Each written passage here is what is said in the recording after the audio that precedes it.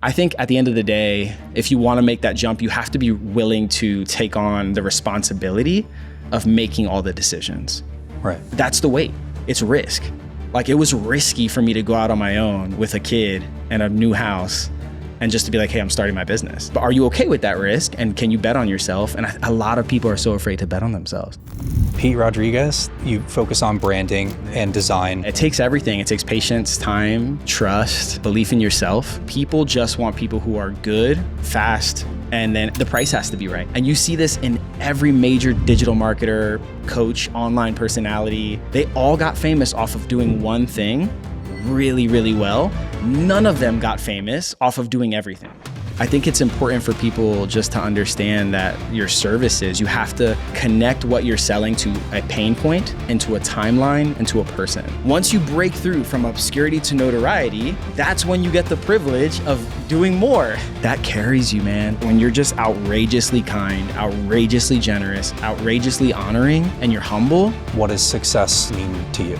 Success is, yeah, it comes back to people. That's what I would say success is that.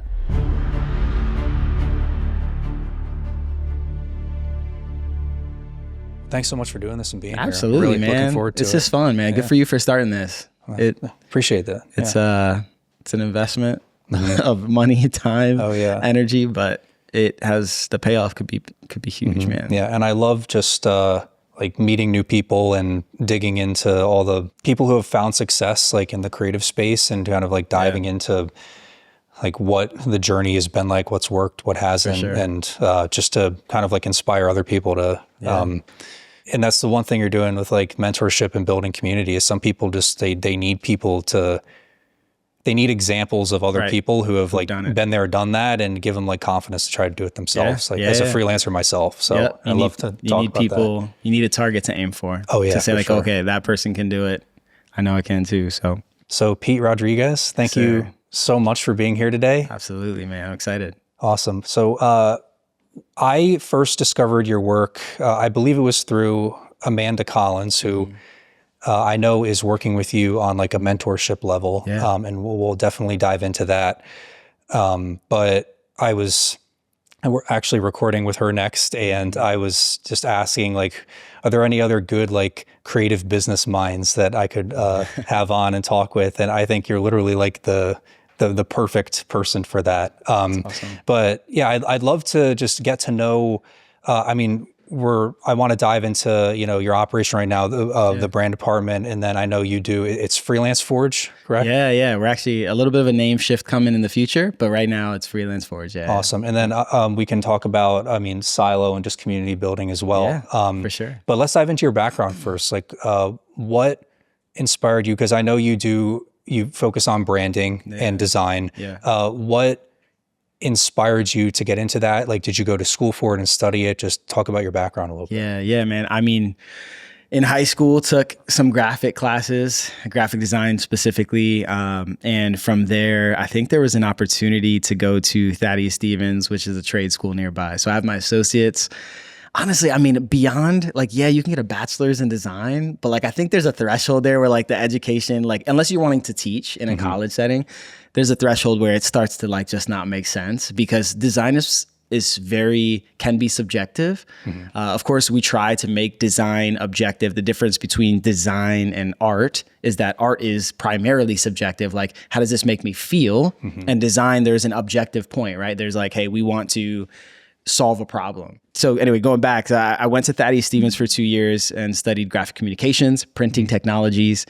And everybody there kind of either became like a printer, meaning they're like on a press somewhere and printing paper and magazines and all this kind of stuff, or you became a designer. And that was my path. So I ended up doing that. And then I essentially did another 2 years at a nearby church that was offering like an apprenticeship mentorship program. So that was for another 2 years. So the way that I view that is like, it was like my 4 years of schooling, but 2 years of it was studying design. 2 years of it was kind of being submitted to other leaders and growing like my heart for other people, serving, community, all that kind of stuff. And then after that season of being in ministry specifically, I kind of knew that I wanted to step out and get back into the creative space. So I ended up working as a designer, worked my way up to becoming a lead designer, then worked my way up to becoming a senior designer at, just from agency to agency, and eventually ended up as the senior designer with this very clear path, I felt like, to becoming creative director, art director, then creative director. Sure. And it felt very safe. It felt very like, okay, I see the path. Is this what I want the next, 5 years to look like? And ultimately, I knew the deals that they were signing behind the closed doors. And as the senior designer, you're running with a lot of the work.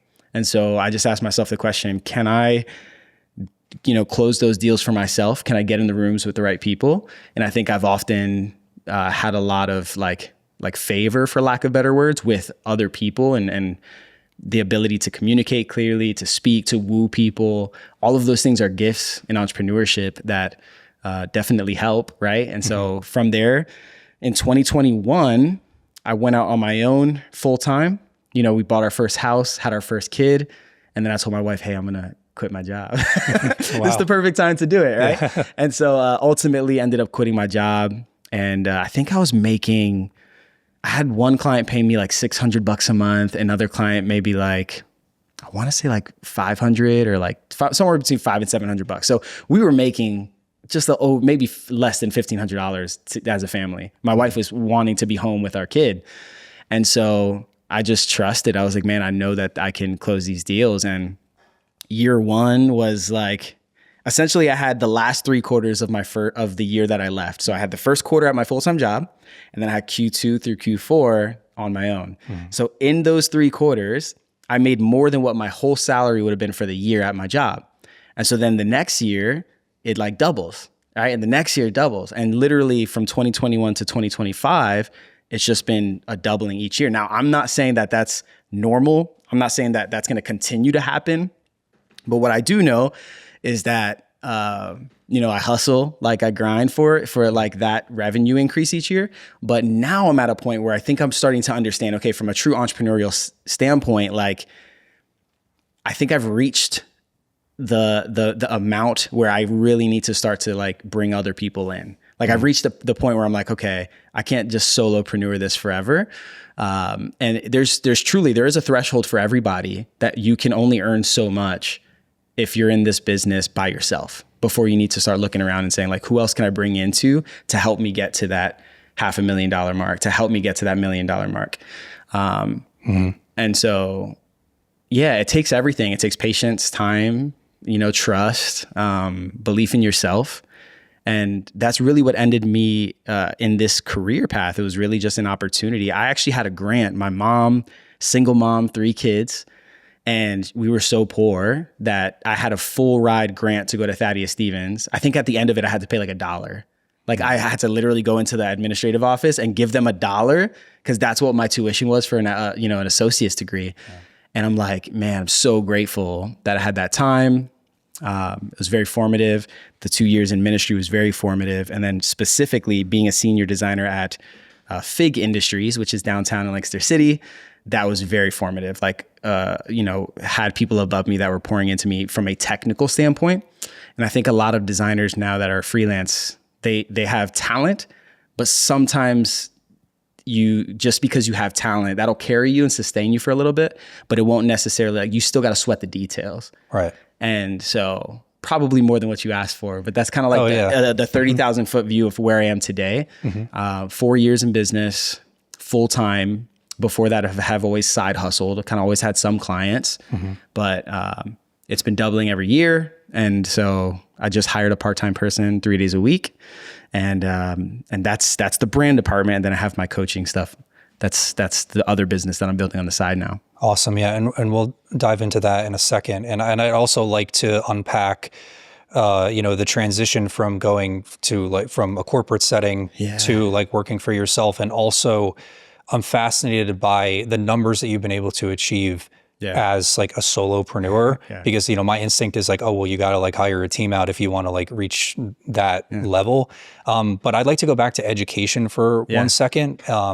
And kind of talk about your perspective on that, because one way that I like to think about any kind of art school, just for some background on me, I did I studied film for my freshman year of college, and then that was at Messiah, the smaller private school in Central PA, and then I transferred to Temple University in Philly for my sophomore year. Okay. So you did 1 year at Messiah. Yeah, 1 year, then 1 year at Temple, and then that was in 2020.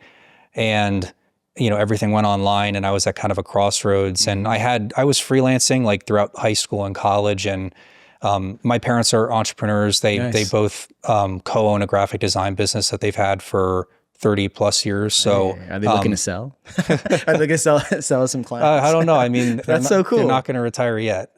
But yeah, so, I had a pretty like strong foundation there. And I don't take it for granted. I was able to get some like, because they mostly did like websites and stuff. If they had website clients that happened to need a promo video, I was able to get my feet wet with actually like working with clients and stuff like in high school and college and stuff. That's amazing. But like the way I like to think about any kind of art school is kind of like you have to learn the rules in order to like break them. And you talk about like the subjectivity in like design or video. It's kind of like there are rules, but you can bend them and you can create your own style there. But I'm curious to just get your perspective on like right now, because I feel like over the years, things are kind of changing with regard to like how people educate themselves. If it's through, because as a teenager doing YouTube tutorials when I come home from school, I basically taught myself how to edit from that.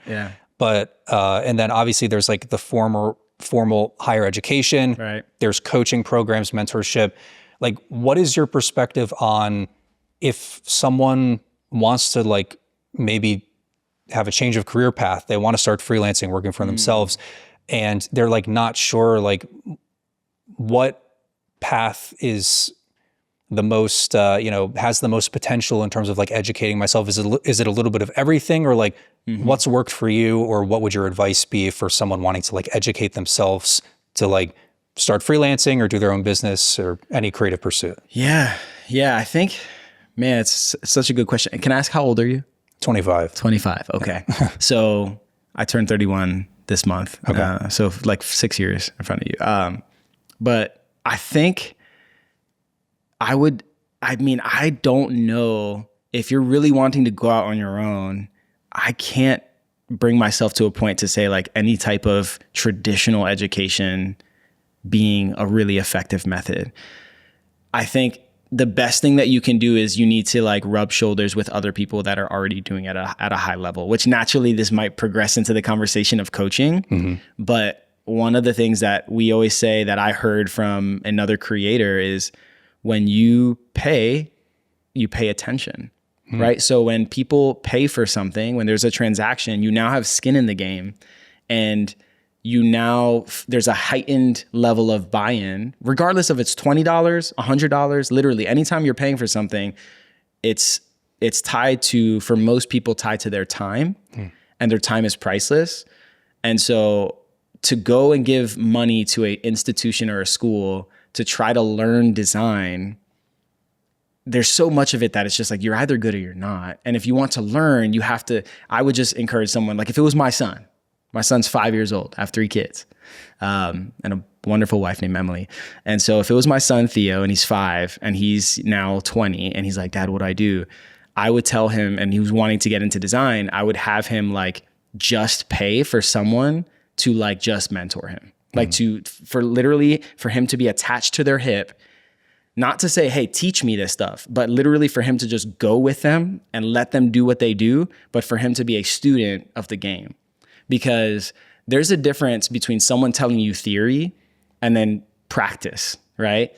And so much of, the concept of even discipling someone, bringing someone alongside of you, it's not that you're sitting there and you're opening up the Bible and you're like, hey, let me show you line by line, everything that it's that, and having someone literally just go about your day with you. So they say, oh, I saw a moment when I thought Pete was going to get angry, and he showed self-control, and he actually handled a situation very differently than I thought it was going to play out. So that's kind of how I chew on it. I think I would highly encourage someone to get mentored. I probably would lean away from any type of like schooling or education other than at most an associate's or a program, right? Like they have those 6-month, 9-month programs they can do for a couple grand, like, and get a certificate. But at the end of the day, like even working with agencies, working with clients, people just want people who are good, fast, and then the price has to be right. As a freelancer, you have to understand that there's agency pricing, and then there's like the kid who's at home eating Doritos in his mom's basement and Hot Pockets and Capri Suns, and he's charging $500 per project, right? And it's like, you have to live in the perfect hybrid between those people. And so if you're charging as a freelancer, like what an agency would cost locally or regionally, that you might lose that job to an agency. But yeah, does that kind of make sense? Yeah, like you have to understand what you're actually going after, which is solopreneurship to start, and price accordingly. And then also, just be nimble. I think the things that make me stand out as a designer for the brand department, and the reason why I've experienced so much like the success that I've have is many reasons, but just the practical, tangible reasons. I think you can pick up the phone and call me. It's not a receptionist. It's like you're talking to the guy working on your project. It's speed, right? I'm able to do stuff probably 3 times faster than an agency will at the same level. And I think a lot of people are like, man, I just want really, really good work. And if I can pay somewhere between $10,000 to $30,000 for like a thing and get something really great out of it, that's better than what, like I might pay $30,000 at an agency, but it's going to take me 3 months to get that thing. Whereas like Pete could do it in a month, right? So that's just the nature of being a solopreneur. You can kind of choose the speed in which you run. And so I tend to run my agency fairly fast. We move quick. Have yet to experience a client that comes to me and is like, hey, I need this project done. Can we do it in January? I'm like, that's just never the case for me. Most people are coming to me saying, I needed this tomorrow. Can you help me out? I'm desperate. And then you just like upcharge them because it's a rush, what I mean? So that's just been my experience, not right or wrong, but yeah, I wanted to, which I think you already answered it, but just the biggest mindset shift between working in a corporate setting at an agency versus being a solopreneur and actually being like the face of the brand and the service. And that sort of stems into something that really stood out. You created a reel about the difference between having a service and an offer. Yeah. And you gave this great analogy about, where a service is like you have a bunch of planks, whereas an offer, you actually use the planks to build a bridge to get to a destination. And I think that's like really a good foundational approach of like, if you're going to move beyond like a corporate setting and you're going to have to like market yourself, I think that provides so much clarity in terms of the approach that you should be taking, because people might think, oh, I have a service, so that's a differentiating factor in and of itself. But really, if you think about it, it's like, no, like all of the reasons that you just described, like speed, quality, and all of those things go into like an offer and actually centering things around a goal and an objective and like partnering with your clients to get somewhere instead of just like providing a service, which might just be surface level. So could you just expand on that a little bit in terms of like the biggest mindset shift that you should have if you're like, okay, I'm going to be a solopreneur now. I need to be seeing things through this lens. Otherwise, I'm going to be going down a path that's not going to be like fruitful. So I love that you called that out. So services, we all offer services. Like there's nothing wrong with, you have to have services. That's like the foundation of business, right? But I think the way that you package those services is what we're talking about. And so I think your ability to say, here's what I'm offering. The difference is that the analogy is, for anyone who hasn't heard it, it's that when you're just telling someone your services, someone says, hey, I want to work with you. That's a lead, right? A warm, somewhere between really cold and really, really hot. That's a lead. They come to you and they're like, we'd love to work with you. Well, you at that point tell them, hey, here's what I do. And those are your services. But to attract people, you have to solve a problem. You have to be fixing a pain point for them, right? And when you're marketing, people market pain, and you're marketing the tension that they're experiencing. So if someone's like inconsistency in their visuals, or they're working with a freelancer who doesn't hit the deadlines, or they're working with an agency that's taking forever, right? Like all of these different pain points, I come in and say, hey, why pay this price? Why move this slow? Why work with the kid who you're like your uncle's cousin's nephew who does graphics designs? You know, if you want, oh, do you do graphics design? You know, like they throw the S on there. Why work with those people when you have a professional and agency level experience at a little bit less than this, more than that, and it's the perfect creative partner for you? And I've had people work with me and then go on to still need agencies, right? I actually have a client right now that works with 2 other agencies and then works with me for particular projects because they like the scrappy nature of what I'm able to produce. And there's something about it that just feels a little bit more like raw, real, authentic, in touch with what's happening in the world versus the agency work that feels like this really polished, very buttoned up thing.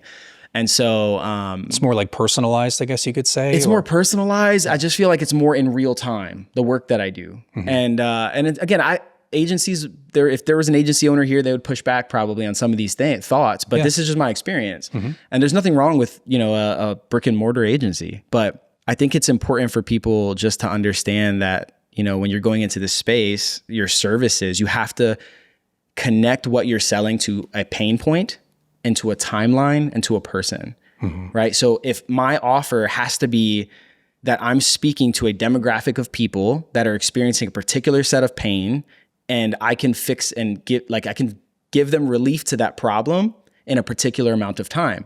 So what most people do, going back to the analogy, is that they just put these planks of wood. If you have 2 islands or 2 platforms and one person needs to get from this platform to the other platform, well, they say, hey, here's what I do. They put these planks of wood on this side and they say, I do web design, I do this, I do that, I do that, I do that.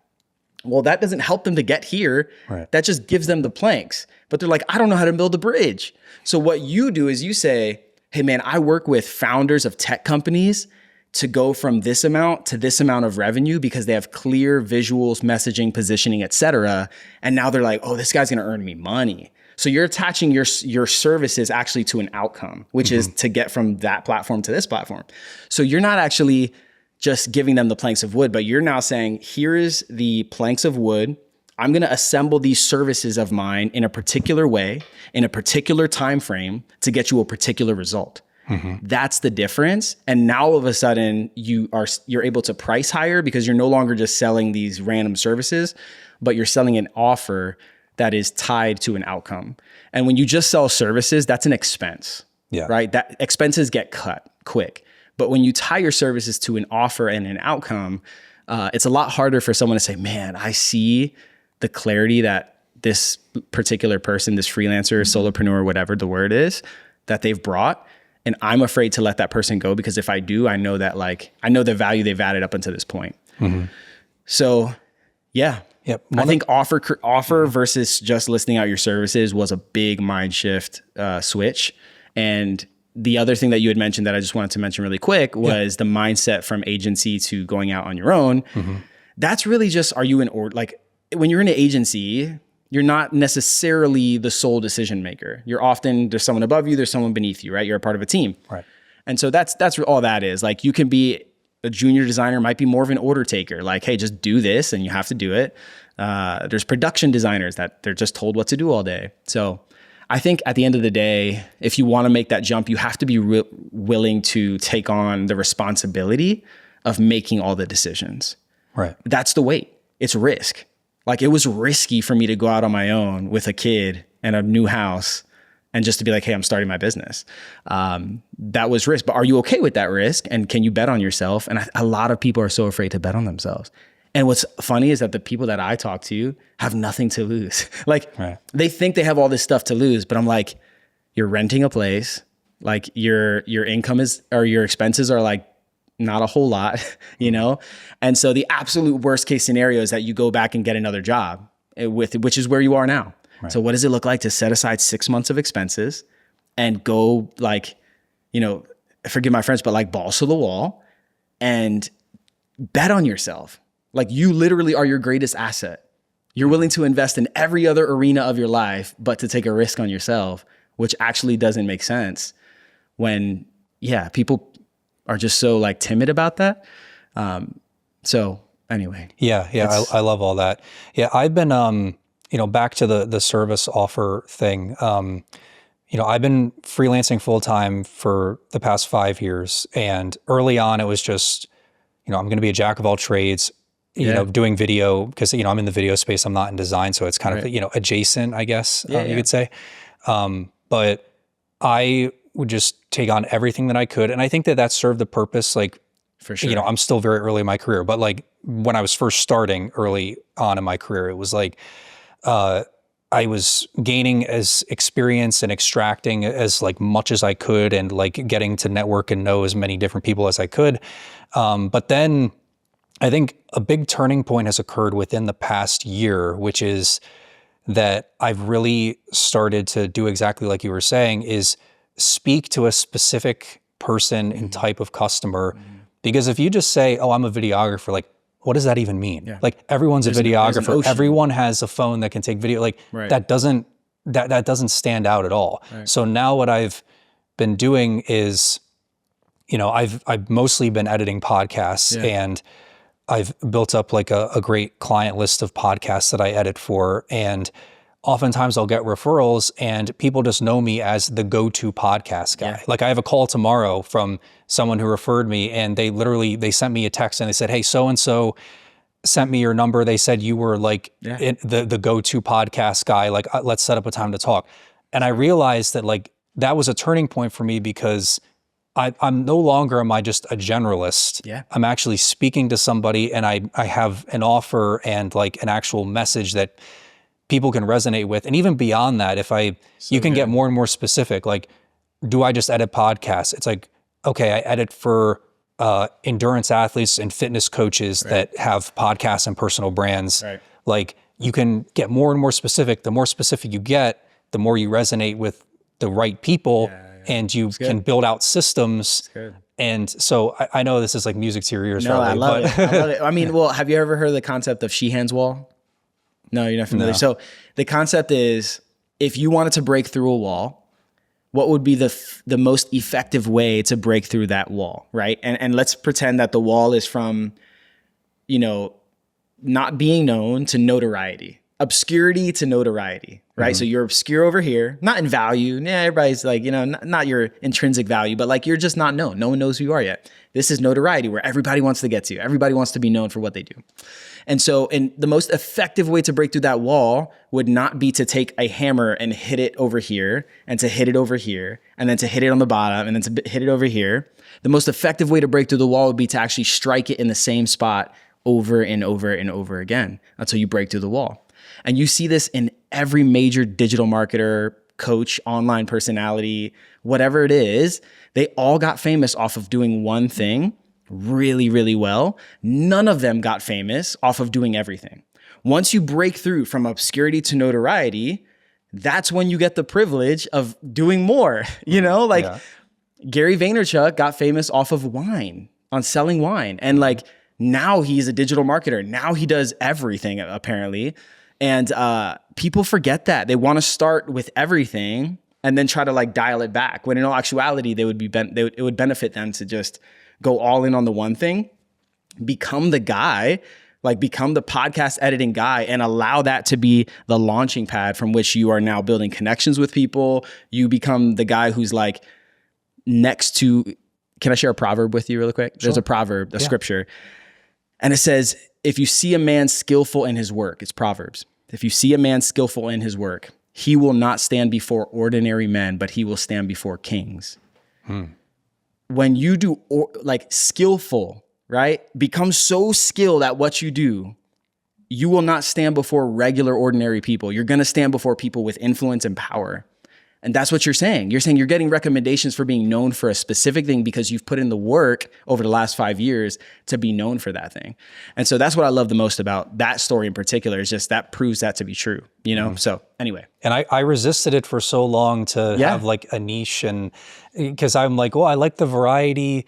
But I've realized if I actually want to have an offer and I want to scale and really, expand, then I'm going to have to focus and narrow down. And that kind of it fell on my lap by accident almost, because, you know, it's a long story, but like I edited one podcast, I'd never done it before, and then another one, and then a third one, and it just kind of happened organically. And I feel so blessed that it kind of, like, I discovered what that is. And sometimes you just have to do a lot of different things in order to discover like the client that you can serve, what you're passionate about. And, you know, it'll unfold maybe if you let it, and you seize the opportunities that you're given, which another reel you did, which is like, everyone wants to do the next thing, but can you just like be in the moment, have gratitude, and try to like squeeze the opportunities that you have and see where it leads. For all, I mean, look at us now. You are in front of the camera now. Yeah. Like, right. You're editing other people's podcasts,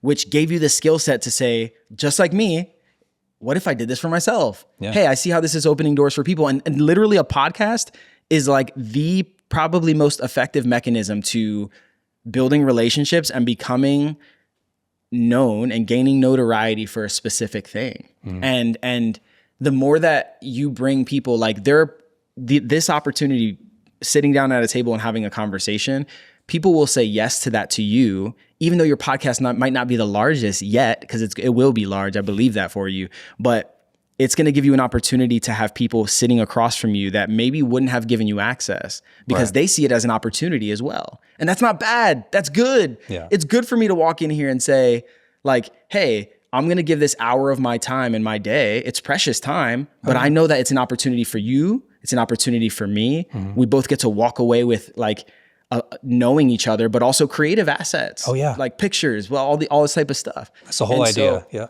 It's mutually beneficial, and it's okay that it is. And now all of a sudden I'm thinking through people who edit podcasts, and I think of you. So just continuing to expand your network, continuing to pour into the vision of what you know that you're meant to be doing in this season, and then allowing that to grow. Give yourself permission to graduate. Like, don't go after the whole thing right now. It's like, no, there's stepping stones to success. And you have to give yourself the space to be in one season before you can graduate to the next. And if you do that prematurely, oftentimes you get kicked back to the previous season because you didn't learn the lesson here that you were supposed to.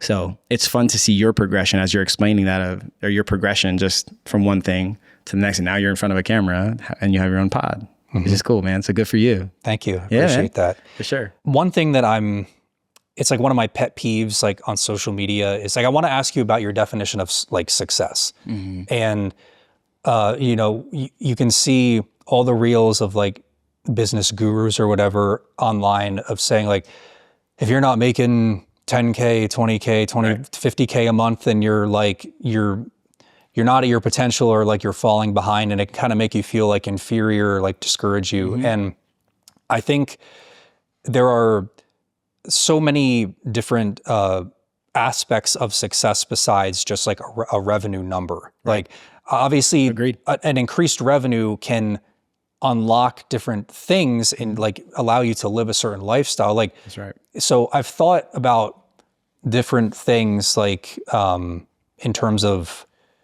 you know, there's like a 6-figure milestone or whatever, like, you know, 2024, maybe like too much information or whatever, but last year was like my first official like six-figure year that I crossed. It's not too much information.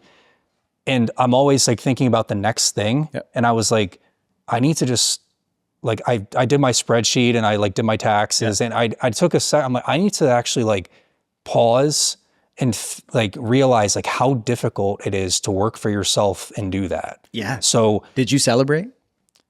For like 10 seconds. Like, but no, you need to, need to go get some friends, get your family or something, and literally just like go to dinner. Even if you don't tell everybody that's why you're there, but like you need to celebrate that. That's a milestone. And doing it by yourself, not being at a place, that's huge. That's huge. So please take time to celebrate that season before you dream about the next. Yeah, I love that. And it's kind of basically like, I say that to preface the question of like defining success, because I honestly, like, I look at that, it's a cool milestone, but it's the things outside of that like I consider successful. Like for me, being able to set up and record a podcast on a Wednesday afternoon in October without having to ask permission from anybody, like that's a form of success to me. Being able to like I went to Colorado to meet two of my clients last month, and I ran a 5K, and like I didn't have to ask permission for time off to do that because like it's a business trip. Like I edit for them, and it was so that freedom and flexibility, and like that's what I can, you know, obviously like I don't have like a wife and kids yet, or like family. I'm sure like that, because I know that that's important to you and like your faith and everything, which I'd love to just get your answer to this. But I just think you have to think about success differently than just like a high revenue number. Right. And that's what what I try to, I don't know, something I've been thinking about. And I'm just curious, like, what does success like mean to you? Yeah, man. Success is, I want to creatively lead and influence other creative leaders and influencers. Mm-hmm. I want to, when you think about creative leaders and influencers, I want to be the person leading those people, right? Giving them encouragement, coaching, advice, wisdom, discernment, all of those things. And so I pray that my tree of people that I got to influence, that there's just 1,000 branches there, more than 1,000 actually, like a lot of branches, and that I get to be the root because what you said at the beginning of this podcast was, and maybe it was before we started recording, I forget, but giving people a framework and an outline, something to aim for, right? If you're an archer and you want to, you know, get bullseye, well, if there's no target there, you don't know what you're aiming for. Mm-hmm. And so it is important for people to share those wins. And I remember at one point someone saying to me like, hey, what if you actually went into that income and that revenue mindset to be a blessing to other people? So right now you're making 100K, right? So praise God, that's amazing. And so what if now, and you're like, man, this lifestyle I'm cool with. You could probably, as a single guy, you could probably live off less, right? I mean, you definitely can. Now, what if you started to dream about like not just providing for yourself, but providing for another person, right? I told a mentor one time, like, I just want to make enough. I just want to make enough to allow my wife to be home with my kids full time, and that we have, you know, a decent house, decent things. And he said, how selfish of you. You have to be more virtuous. He said, how selfish of you to just want enough for you. Right. And that's when it shifted for me. And I was like, you know what? I am in this, we play with excellence. We play to win. I don't do anything without the desire to do it excellently and to win. And we do it to be a blessing, generous. Like I have conversations with God all the time. I'm like, God, if you give me the resources, like I just want to be a blessing to people. I want to pay the single mom's house off or pay for her rent. I want to be with someone from churches like, hey, we're down a car right now, just the engine blew up. I want to be able to be like, hey, here's like 10 grand. And for it to not feel like anything, like, you know what I mean? Like that's my dream, to be the Shark Tank of like, of Christendom, right? Where like people are just coming to me, even with business ideas, like, yo, I have this creative, like, I mean, I get to invest in that, like as an angel investor, because I've stewarded my gifts and resources well. So that's like my long-term vision. But anyway, success is if I can creatively lead and influence other creative leaders and influencers to go and be successful, to have wealthy mindsets, and to make a difference in their universes, like that would be success to me. I think when we look at the text and the scriptures, we see a math of multiplication and not of addition. And if I want to continue to do more, the world tells you that has to be more time, more energy, more hustle, more grit, right? Mm-hmm. God works in multiplication. Mm-hmm. God doesn't, there's no instance in the Bible where it's just addition, right? So as a creative myself made in his image, I think through not just how do I add more to my revenue number, how do I multiply it and then multiply my gifts to other people so that they can have blessed lives too. So yeah, it comes back to people. That's what I would say success is, that creatively leading and influencing creative leaders and influencers. I love that. Yeah. Yeah. I've been trying to see things through that lens myself, even if it's on like, you know, you don't have to be at the level of like wanting to pay off people's houses. I mean, like, yeah, if you have, it's like even on a smaller scale. I don't have that, by the way. Oh yeah. I know. It's a great, it's an aspiration. Yeah, I understand. But just on a smaller scale, just in the creative space to, you know, a couple of years ago, I would be so like, honestly, selfish. Like if I had too much editing work, I would just kind of, I would stay up late and I still do that, but just to to try to like do it all myself. Right. When I realized that, you know what? I can give other people opportunities, Right. share the work, Yep. and, you know, and that actually, it feels good to actually be virtuous. And I've found like a new sense of purpose in that, of not just how can I, you know, grind and make as much money as I possibly can, but to actually be like, okay, I can use the network that I've built to help other people succeed creatively in what they want to do. That's just one example of it. But I think it unlocks like a whole new sense of purpose when you think about it that way. Yeah. And I would also add too, like when you are just starting out, I think it's okay to like say, I want to hunker down and just like, I want to keep as much of this as possible for a season. Sure. That I think you can do that and be generous and still honor. Like just today, someone met with me for lunch, a guy who I really respect, a previous boss of mine. And he was like, oh, let me buy you lunch. I was like, please, no, like, let me buy you lunch. Now, I didn't really want to, but like one of my values is honor. And so as a guy who's like running a probably over $1 million business, and he's like giving up his time to meet with me, right? I'm just like, I'm paying for your lunch. I don't care if I take an L on it. It's more important to me that you walk away from this conversation that like Pete honored me. Yeah. And that carries you, man. Like when you're just outrageously kind, outrageously generous, outrageously honoring, and you're humble, sharing wins and saying, I made 100,000. Here's what I made this year in revenue, blah, blah. Like with other people in business, it doesn't feel like boasting between you and I because we know each other's hearts. I know that your heart is not to say, look at me, look what I did. I could just feel it. I know that's not what you mean.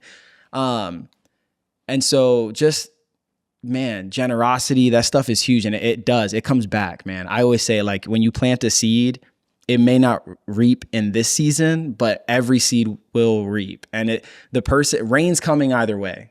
I share that analogy. Like the rain is coming and you determine in this season what you're going to sow into the ground. And so if the rain comes either way, someone who didn't sow anything isn't going to get anything. But you're putting in the work, you're staying up late, you're doing the things. And at some point the rain comes and you get the benefit and you get the reward of it. That's how the world works. Mm-hmm. And I find that a lot of younger freelancers and people that I coach even, like sometimes their mindset is just, they either want it too quick, they think it's going to come easy, or sometimes people have a lot of boundaries in place, meaning like, they're like, hey, I want to make 6 figures. I want to just make $3,000 a month. That would be amazing. Yeah. But they have like volunteer night on Tuesday. They have youth group on Wednesday. They have something else on Thursday. Fridays are off limits because it's Friday. Saturday they do this. Sunday's church all day. And I'm like, well, good luck because you don't have time. You know what I mean? So it's fun to see as a coach what different people struggle with to get to from 0 to 5K, which is primarily who my audience is right now. It's really been, I would love for it to be more than that. But right now in this season, I feel like specifically I'm serving the freelance community, the creative community that are earning 0 to 5K. Mm-hmm.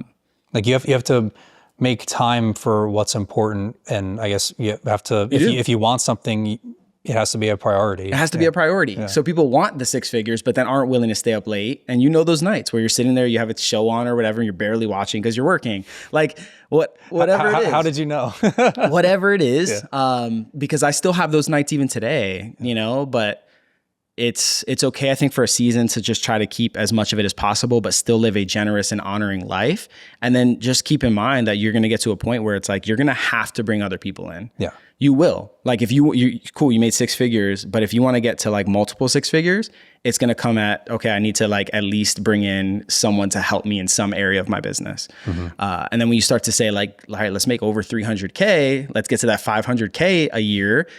You're talking maybe another full-time person or 2 to 3 part-time people or 1099 people that you work with on a regular basis. You could slice that a million different ways, but that's a different conversation. Yeah. Well, because there's a finite amount of hours in the day and eventually. Right. And your time is becoming more precious as, you know, Lord willing, you have a family someday, you have children someday, your time is going to continue to become more precious. And so I think most people they tie their time to money. And that's why everything often feels expensive, right? And that's something that we talk about in coaching. It's like, if everything that you do in your job is tied to your time, and your time is your most precious resource, no wonder you think everything is expensive, because it is, because you're paying with it with your life, right? So it's a concept of, can you create something and put a system in your business that eliminates a lot of the decision making, whether it's in your sales, your marketing, how you fulfill your projects, right? Any of those areas, you can put in systems that you're still going to have to make decisions in those things, but you can organize those in such a way that it reduces the amount of decision fatigue in your life, right, and allows you to have more time, which ultimately you get to put back into other things that really matter, or your business, help it grow. So love that. We could talk for a couple more hours, but I think we probably have to wrap this up. I mean, this has been so insightful, and I'm so appreciative that, again, that you took the time to do this. If anyone wants to, check out the brand department or your coaching or anything like that, where should they go? Yeah. So right now, I mean, Instagram DMs is a great place. I catch all those. We're building out actually for 2026 kind of a new way to do coaching. So I did the cohort of people which is where Amanda was in, and that was really great. But we're like systematizing a lot of stuff on the back end to ultimately launch it in a more efficient way in 2026. So I would say that's really a wait list at this point, and then we're going to launch in 2026. So I'm giving myself the next Q4 really to like dial that in. So that's a DM on Instagram saying, hey, I want in on that when it launches. And then the brand department is just the Brand Dept, DEPT.co, or just reaching out via DM and hit me up. It's at I'm Pete Rodriguez. Follow me, connect with me there. And that's really who I speak to, is creative entrepreneurs. I speak about my faith and some version of like husband, fatherhood type stuff. It's like those three content pillars are the only thing that I really talk about. So when you invited me here, it was like, it aligns, which is why I said yes. If you wanted to talk to me about some other thing that I wasn't really interested in, I would have said no. So yeah, no man, thank you so much. It's an honor to be here. Appreciate it. Thank you again, and wish you a bunch of success going forward. Love it. Thanks, Dylan. Appreciate you, man.